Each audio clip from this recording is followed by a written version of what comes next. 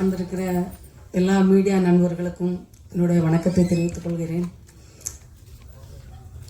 அதன் பிறகு இந்த படத்தில் நான் நடிக்கிறதுக்கு முழு காரணம் நமது டைரக்டர் ஜான் கிளாடி அவர்கள் தான். அந்த படத்தில் ஒரு அம்மாவாக என்னை பயங்கரமாக செதுக்கியிருப்பார். என்னென்னா நான் சொல்லுவேன், சார் நான் இது மாதிரி பேசிக்கிட மாட்டேன் சார், இந்த மாதிரி எனக்கு வராது சார்.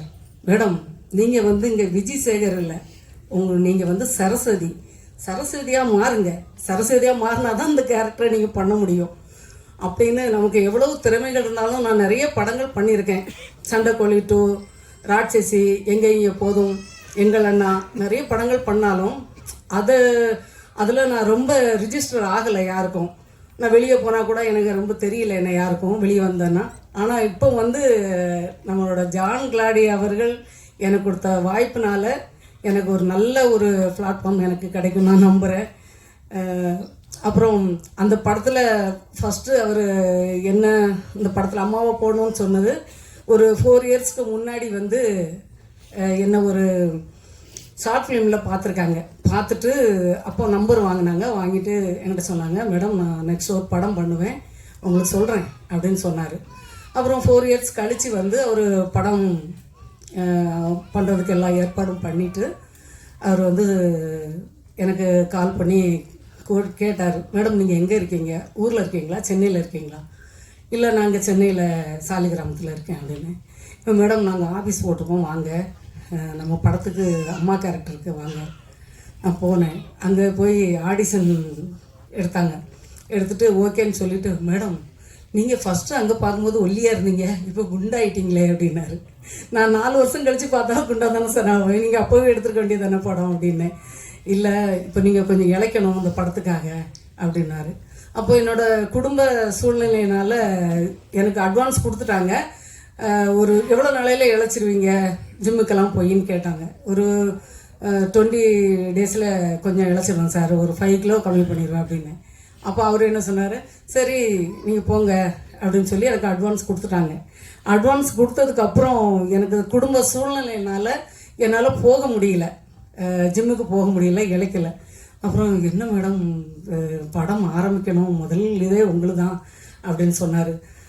நான் சொன்னேன், சார் இல்லை நீங்கள் வேறு யாரையாச்சும் பண்ணுறீங்களா அப்படின்னு, நான் அட்வான்ஸ் வேணால் திருப்பி கொடுத்துட்றேன் அப்படின்னேன். அப்புறம் நான் அப்படி சொன்னதுக்கப்புறம் சரி வேறு யாரையா பார்க்கலான்னு சொல்லி நிறைய ஆடிஷன்லாம் வச்சுருக்காங்க. அவருக்கு யாருமே செட் ஆகலை. மேடம் நீங்கள் தான் பண்ணணும், நீங்கள் தான் நம்ம ஊர் நம்ம ஸ்லாங்கு, இதுக்கு இந்த லிங்கத்தோட அம்மா சரஸ்வதிக்கு நீங்கள் தான் கரெக்டாக இருப்பீங்க.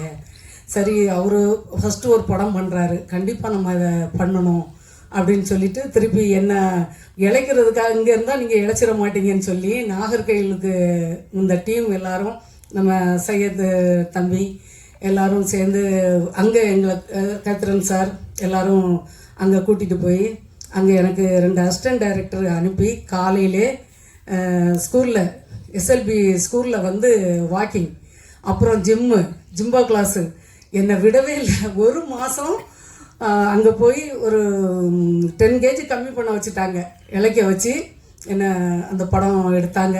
இதுக்கு எல்லாத்துக்கும் முழுக்க காரணம் நம்ம நம்மளோட பைரி டீம்னாலும் நம்ம முதல் காரணம் டைரக்டர் சார் தான் இந்த இடத்துல நான் நிற்கிறதுக்கு காரணம்.